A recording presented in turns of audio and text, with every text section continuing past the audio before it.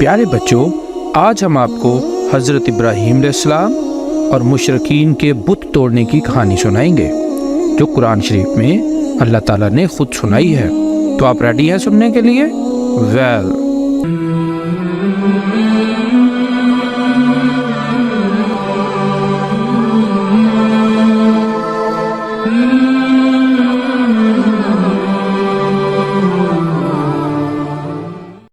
حضرت ابراہیم علیہ السلام کی قوم بتوں کی عبادت کرتی۔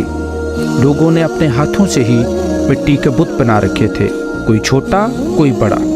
حضرت ابراہیم انہیں رکا کرتے اور سمجھاتے کہ عبادت صرف ایک اللہ وحدہ لا شریک کی جاتی ہے، بھلا یہ اپنے ہاتھ سے بنائے ہوئے مٹی کے بت کس طرح معبود ہو سکتے ہیں؟ لیکن ان کی قوم نہ مانتی۔ ایک دفعہ عید کے دن ان کی قوم اپنے میلے پر گئی۔ پتہ ہے بچوں، ابراہیم علیہ السلام کے فادر تارخ ان کے بچپن میں ہی فوت ہو گئے تھے، اور ان کو ان کے چچا آزر نے پالا، اور وہ اسی کے پاس رہے، لیکن اسی کو اپنا باپ کہا کرتے۔ اینی ابراہیم علیہ السلام کا چچا آزر ان کو بھی زبردستی ساتھ لے گیا، لیکن ابراہیم علیہ السلام کی صحت خراب ہو گئی اور وہ راستے میں ہی رک گئے۔ لوگ گزرتے رہے، اور جب پیچھے چند بوڑھے رہ گئے تو جناب ابراہیم علیہ السلام نے انہیں کہا کہ آج میں آپ لوگوں کے معبودوں سے نپٹوں گا۔ اینی وہ سارے عید منانے چلے گئے، اور ابراہیم علیہ السلام واپس آ گئے اور سیدھے ان کے بت خانے میں چلے گئے۔ انہوں نے ایک کلہاڑا لیا اور سارے بت توڑ دیے، بس ایک سب سے بڑے بت کو چھوڑ دیا، اور کلہاڑا بھی اسی کے بازوؤں پر رکھ دیا۔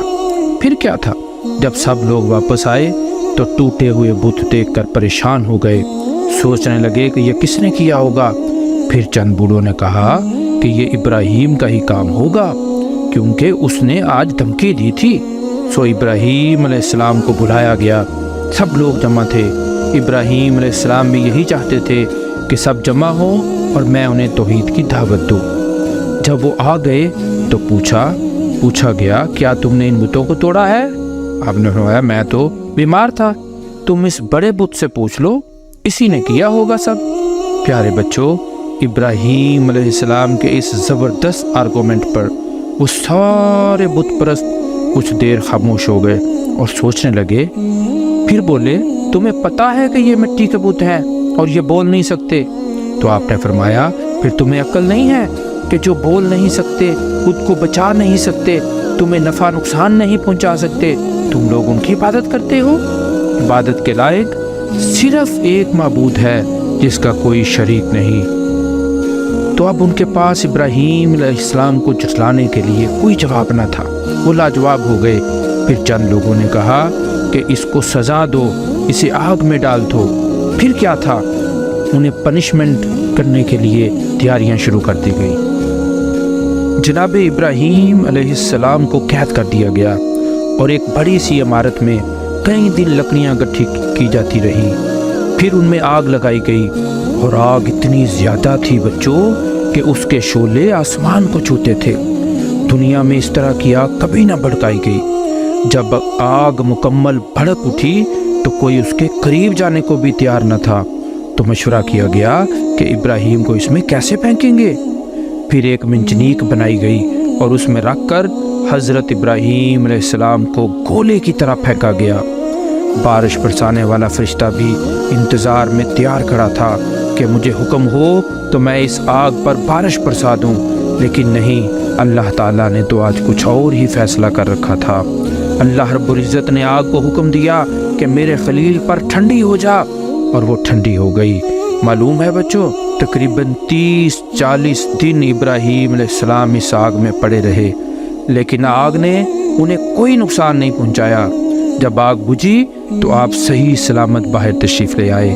سب لوگ حیران رہ گئے، چند ان پر ایمان لے آئے اور زیادہ بت پرستی پر ہی ڈٹے رہے۔ پھر حضرت ابراہیم علیہ السلام وہاں سے ہجرت فرما گئے اور ملک شام کی طرف چلے گئے۔ تو بچوں، آج کی کہانی آپ نے پوری توجہ سے سنی ہے۔ اب میں آپ سے کچھ کویسچن کروں گا، مجھے بتائیے کہ ابراہیم علیہ السلام کے جو ریئل فادر تھے، اصل باپ، ان کا نام کیا تھا؟ گڈ. اور اب بتائیے کہ ان کے چچا کا نام کیا تھا؟ Very good. اب بتائیے کہ ابراہیم علیہ السلام کو آگ میں کس چیز کے ذریعے پھینکا گیا تھا؟ یس، ویری گڈ. تو دیکھا بچوں، آج آپ کو کتنی انفارمیشن ملی. یہ ساری باتیں قرآن شریف میں اور حدیث شریف میں موجود ہیں، تو ہمیں ان کو پڑھنا چاہیے نا. ہاں جی، شاباش. اور اگر آپ ایسی اور بھی کہانیاں سننا چاہتے ہیں تو اس چینل کو سبسکرائب کر دیں، اور ہاں، بیل بٹن بھی یاد سے دبا دیں تاکہ آپ کو اگلی سٹوری جلدی سے مل جائے. اللہ حافظ.